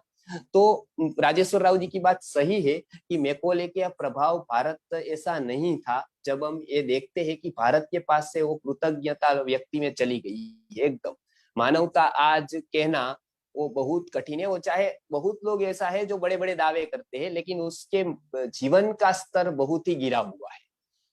तो ये एक राजेश्वर राव जी की बात के मैं पूरा सहमत हूँ 100%। मुझे भी ऐसे अनुभव हुए हैं अच्छे कार्य करते हुए। तो राजेश्वर राव जी बता रहे हैं कि हमारा मैकोले ने ये स्तर गिरा दिया है, शिक्षण ने स्तर गिरा दिया है। संस्कृत के और गुरुकुल के माध्यम से हमको बड़ी दृष्टि रखकर, उसका कोई दोष नहीं, उसका स्तर ऐसा गिरा दिया, शिक्षण है उसका कारण। ऐसा हम नहीं बता रहे कि वो हमसे हेट करते हैं कि नफरत करते हैं कि वो, लेकिन वो समझ का स्तर नहीं है। उसको हम यही जानते हैं कि वो समझ का स्तर नहीं है उसके ऊपर। तो ये हमको बढ़ाना है, घर पे संस्कार लाने हैं। ये नहीं लाए तो आपका परिवार ज्यादा टिकने वाला है नहीं। जो हमारे साथ आपने किया, जो गुरुकुल के साथ और माता पिता ने किया, वही वर्तन उनके बेटे बेटी उनके माता पिता के साथ करने वाले हैं। अब ज्यादा देर नहीं है। तो ये हम नहीं चाहते हैं कि भारत में वृद्धाश्रम बढ़े, और ये यदि नहीं चाहते कि वृद्धाश्रम बढ़े तो एक ही रास्ता है, गुरुकुल को बढ़ाना पड़ेगा। यही एक रास्ता बच गया है कि अभी वृद्धाश्रम बढ़ाना नहीं है, परिवार को टिकाना है, गुरुकुल बढ़ाना ही पड़ेगा, गुरुकुल को सपोर्ट करना ही होगा। तो राजेश्वर राव जी, बहुत ही अच्छा लगा, आज बहुत ही अच्छी बात बताई, मुझे भी याद आ गई तो मैंने शेयर किया आपकी बात। बाकी कोई अन्यथा न ले, गुरुकुल सबके लिए खुला था, खुला है। एक बात है, हमारे साथ कोई भी ज्ञाति जाति का प्रश्न हम नहीं करते हैं, किसी की भी जाति आज तक हमने पूछी नहीं है, किसी का गोत्र कुल क्या ये सब पूछा नहीं है। हमको आपसे एक ही मतलब है, आपके पास सीखने की भूख कितनी है, बस एक ही है, आपके पास कितनी भूख है सीखने की। यदि आपके पास सीखने की भूख है, हमारे द्वार खुला है आपके पास। हम कोई भी, दूसरे गुरुकुलों में तो बहुत बड़ा लिस्ट होता है, बताते हैं कि आप कौन से गोत्र के हैं और कौन सी जाति के हैं, कौन सी कास्ट के हैं, कहाँ पढ़े, हम ये कुछ नहीं बताते। हम पूछते हैं परिचय थोड़ा और कह देते हैं ठीक है, आपके पास ज्ञान की भूख है ना, आप कोई भी ज्ञाति के हो, जाति के हो, धर्म के हो, कोई भी संप्रदाय के हो, उससे हमको कोई लेना देना नहीं है। वो बाहर की बात है बिल्कुल, वो हमारे जीवन का 2% का हिस्सा है, उससे कुछ होता नहीं है बाहर फर्क। अंदर की चेतना का हमको संबंध है, हम अंतर की चेतना को पहचानते हैं, आत्मा से संबंधित संबंध रखते हैं। ये भी आप बातें याद रखें। मुझे याद आ गई, बहुत लोग पूछते थे कि गुरुकुल में किस जाति को आप लेते हैं। भारत ने एक बार बहुत बड़ी गुलामी सही, 300-400 साल तक इतना बड़ा देश गुलाम रहा, उसकी एक बड़ी जंजीर ये जाति थी। एक व्यक्ति अपने आप को अहंकार से ग्रसित दूसरे से बड़ा मानता था, वो भी केवल फालतू बात से कि मैं कोई एक कुल में जन्मा हूँ और दूसरा कोई दूसरे कुल में जन्मा है और तीसरा कोई तीसरी जगह जन्मा है, वही डिफर करता है, वही एक दीवार बन जाता है हमारे बीच में। वो भूल पहले कर दी है भारत ने, अब वो भूल को दोहराना नहीं है। इसलिए गुरुकुल के विषय में ये भ्रांति न रखे, कोई एक जाति का गुरुकुल होगा, कोई एक वर्ण का होगा, और कोई एक वर्ण को होकर उसको यहाँ कोई विशेष सुविधा मिलेगी, ऐसा आप मत समझिए। आप कोई भी वर्ण के हो, कोई भी जाति के हो, आगे जाकर कोई भी संप्रदाय के हो, गुरुकुल आपके लिए खुला है। गुरुकुल के योग्य हो वो बिल्कुल अलग बात है, और वो योग्यता आप में है, आपके बेटे बेटी में है, यहाँ कोई फर्क नहीं होता है। सभी जाति नाती ज्ञाति संप्रदाय के बालक है, और उसको हम भुलाना सिखाते हैं कि आप ये जाति ज्ञाति को भूल जाओ, आप आप भारतीय होने का गर्व करो, आप एक बनो, आप विचार से ऊपर जाओ, तो एक बहुत बड़ी क्रांति घटित हो सकती है। तो ये बात है। बहुत सारे लोग गुरुकुल मतलब कोई एक कास्ट का होगा, किसी को प्रवेश होगा, गोत्र कुल पूछेंगे और नीच नीच का वो करेंगे, और आचार्य मतलब ऐसा सब कुछ होगा, तो ऐसा नहीं है। गुरुकुल सबके लिए खुला है, सबके लिए उसके द्वार खुले हैं। जो ज्ञान का भूखा है वो ज्ञान ले, और उसकी राजेश्वर राव जी और हम लोग बड़े प्लान करने वाले आगे भारत में, कि कोई युवा भटकता भटकता है उसके लिए भी हमने व्यवस्था की है। वो ज्ञान के लिए बहुत भटका हो, कहीं न मिला हो, ऐसे बहुत युवा यहाँ पर आते हैं, ज्ञान पाकर, यहाँ का प्रसाद पाकर, यहाँ का निस्वार्थ प्रेम पाकर, यहाँ का भाव देखकर वो लोग जीवन भर याद करते हैं। आज भी ऐसे युवा है हमारे पास, वो भी अच्छे भी अनुभव में बताऊंगा गुरुकुल के। ऐसे भी युवा गए हैं जो आज यहाँ नहीं आते हैं तो रोने लगते हैं, और जाते वक्त बताते हैं, गौरव द्विवेदी कलकत्ता से आते थे, गव्य सिद्धे बहुत प्रकार के कोर्स कर दिए उन्होंने। गौरव द्विवेदी, आप पूछ सकते हैं, उन्होंने एक मैसेज लिखा कि शिविर हो गई 4 दिन, 4 दिन तक सबने भोजन किया, मैंने सिखाया बहुत, और उन्होंने स्टेशन पहुंचकर हमको मैसेज किया। पहली बार वो गुरुकुल की शिविर में आए थे, बहुत कुछ उनके मन में था, सब कुछ चला गया प्रश्न, और उन्होंने मैसेज लिखा कि हम घर पे नहीं जा रहे हैं, घर से जा रहे हैं। वो कब लिखता है व्यक्ति कि भाई घर से हम जा रहे हैं, मतलब घर जैसा वातावरण मिला, इसका कारण हम नहीं है, गुरुजी है। गुरुजी ने ये निस्वार्थ प्रेम से एक गुरुकुल तैयार किया है कि वहां पर एक व्यक्ति को महत्व देता है, एक मानव को महत्व देता है, उसके पैसे को, पद को, जाति को नहीं महत्व देता है, उसको अंतर के आत्मा को, चेतना को महत्व देता है। वही हमको सीखना है। राजेश्वर जी ने बताया वो कि हम चेतना को, आत्म तत्व को महत्व दें, परमात्मा की हम संतानें हैं, और भारत की संस्कृति में हमारा जन्म हुआ है, वो हमारे लिए बहुत ही गौरव की बात है। और बच्चों को तो मैं कहता हूँ कि ये संस्कृति सिखानी ही चाहिए आपको, कितना भी कठिन है तो भी सिखानी चाहिए। तो आपके लिए तो हम आसान कर रहे हैं, तो ये आसान आप करें, तो बच्चों के लिए भी कुछ क्लासेस का आयोजन करेंगे। जी नमस्कार, जी धन्यवाद। आप अभी शिव प्रसाद जी आप क्लोज कर सकते हैं।